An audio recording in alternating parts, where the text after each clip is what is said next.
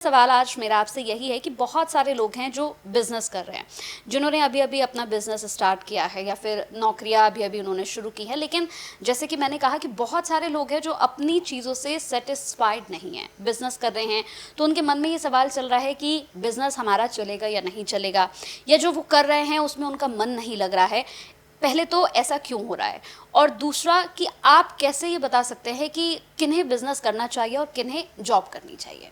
देखो, हर पुरुष और हर स्त्री आज के समय पे एक्टिव हो चुके हैं और वो कुछ करना चाहते हैं इस दुनिया में, अपने देश में, अपने परिवार में नाम कमाना चाहते हैं।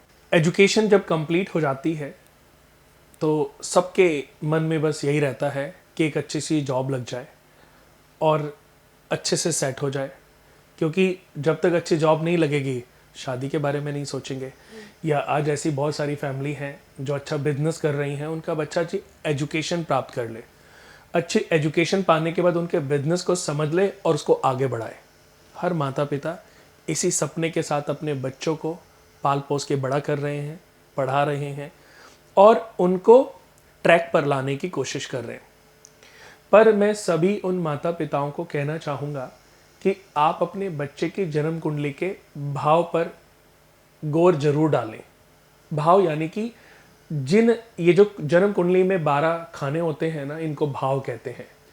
प्रथम भाव, जो पहला घर जिसको लगन कहते हैं, इसको प्रथम भाव कहा गया है। और इसी से ऊपर दूसरा, फिर तीसरा, फिर चौथा, पांचवा, छठा, सातवां, आठवां, नौवां, 10वां, 11वां, 12वां, ये जो खाने में जो नंबर है ये राशियां हैं।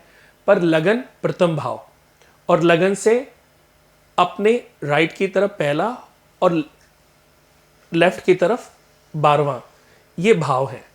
तो इन भावों में जो ये नंबर होते हैं ये राशियां होती हैं।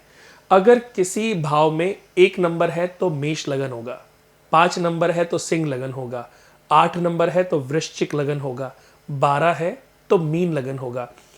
यानी कि अगर किसी भी व्यक्ति का व्यक्तित्व देखना है, किसी व्यक्ति की पर्सनैलिटी देखनी है, चाहे बच्चे की, चाहे बड़े बूढ़े की, चाहे किसी स्त्री की, चाहे किसी बच्चे की, अगर पर्सनैलिटी के बारे में जानना है ना, तो हम असेंडेंट को देखेंगे, लगन में नंबर को देखेंगे। इस नंबर का भाव में होना व्यक्ति की पर्सनैलिटी को डिफाइन करता है। जो चंद्रमा जिस राशि में बैठा हो उससे राशि देखी जाती है, वो व्यक्ति विशेष के नेचर के बारे में, व्यवहार के बारे में अवगत कराती है। लगन का और राशि का आपस में मित्र होना बहुत जरूरी है। पर दोस्तों, मैं आपको बता दूं कि सबसे पहले किसी भी बच्चे की जब जन्म कुंडली हम देखते हैं तो मैं ये देखता हूं कि ये बच्चा क्या योग लेके पैदा हुआ है। योग मनुष्य के जीवन में बड़े महत्वपूर्ण होते हैं। शुभ योग, सौभाग्य योग, वृद्धि योग, ये अच्छे योगों में अगर बच्चा पैदा हो जाए तो राजा बना देता है। ये प्रारब्धों से डिसाइडेड होता है, कर्मों से डिसाइड होता है। लेकिन उसके बाद नक्षत्र, कौन से नक्षत्र में बच्चा पैदा हुआ है, फिर किस लगन में, किस राशि में, और उसकी ग्रह स्थिति क्या है, ये सबसे बाद में देखी जाती है। जिसको आपने देखा होगा, जो बहुत सारे एस्ट्रोलॉजर हैं सबसे पहले व्याख्या शुरू कर देते हैं ना, व्याख्यान बोलना शुरू कर देते हैं, वो सबसे बाद में देखा जाता है। अब आज का जो सवाल है वो है व्यवसाय को लेकर के, कि व्यवसाय के बारे में कैसे जाने। पहले तो हमें उस व्यक्ति का व्यक्तित्व पता होना चाहिए कि उसकी पर्सनैलिटी कैसी है, उसकी ओरा कैसी है। उसके बाद उसकी जन्म कुंडली में उसका पंचम भाव और उसका दसम भाव। दसम भाव से दोस्तों ओहदा, कीर्ति, उद्योग, व्यापार, बड़ी पदवी, नौकरी, राज्य सत्ता, ऐश्वर्य भोग, प्रतिष्ठा, इन सब का विचार किया जाता है।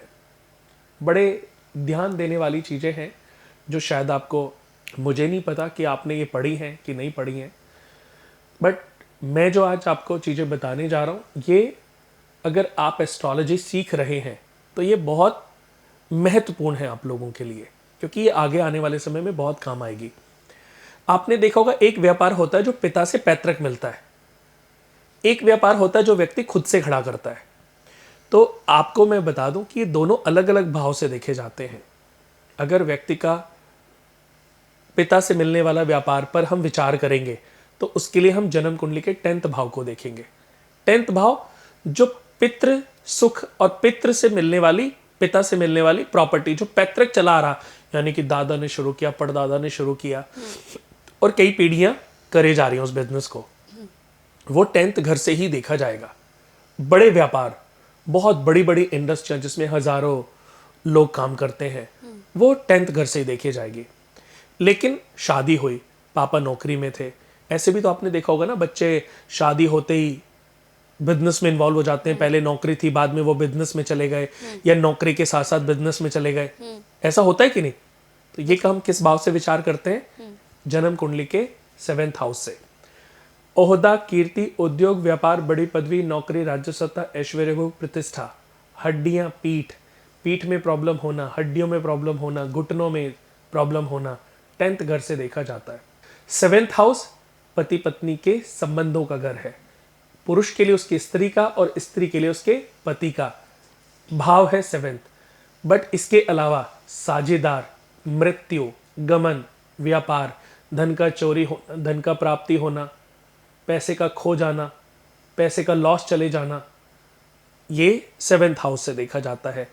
जो शादी से पहले नौकरी करते हैं या शादी से पहले जिनकी लाइफ में जॉब के माध्यम से पैसा कमाना लिखा होता है और शादी होती है, उसके बाद कुछ समय के बाद वो अचानक बिजनेस में चले जाते हैं और बिजनेस में बहुत तरक्की हासिल करते हैं, या उनकी जॉब ऐसी है जो करोड़ों लोगों के बिजनेस से भी बहुत ऊपर है, कि नौकरी में उन्होंने इतना पैसा कमाया, जॉब में इतना पैसा कमाया जो बिजनेस में आदमी नहीं कमा सकता।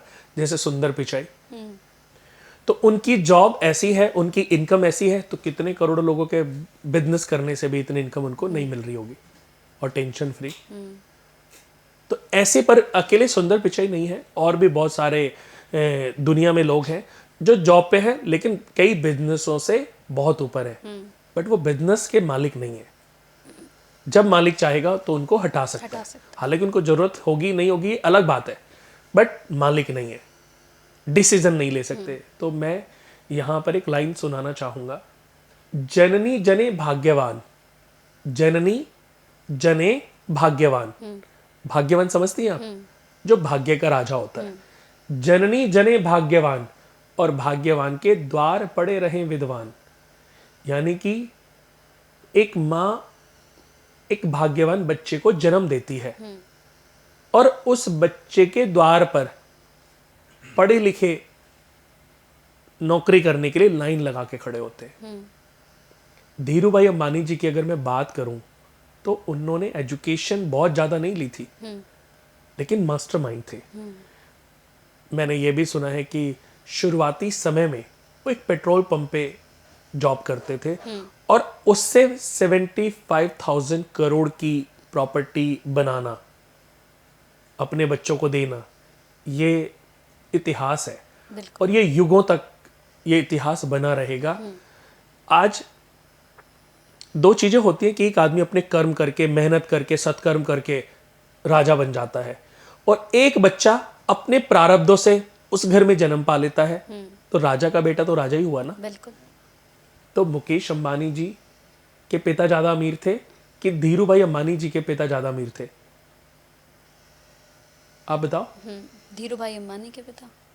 नहीं, धीरू भाई अंबानी जी के तो पिता बहुत ही गरीब ही होंगे, क्योंकि तभी तो पेट्रोल पंप पे नौकरी करते थे।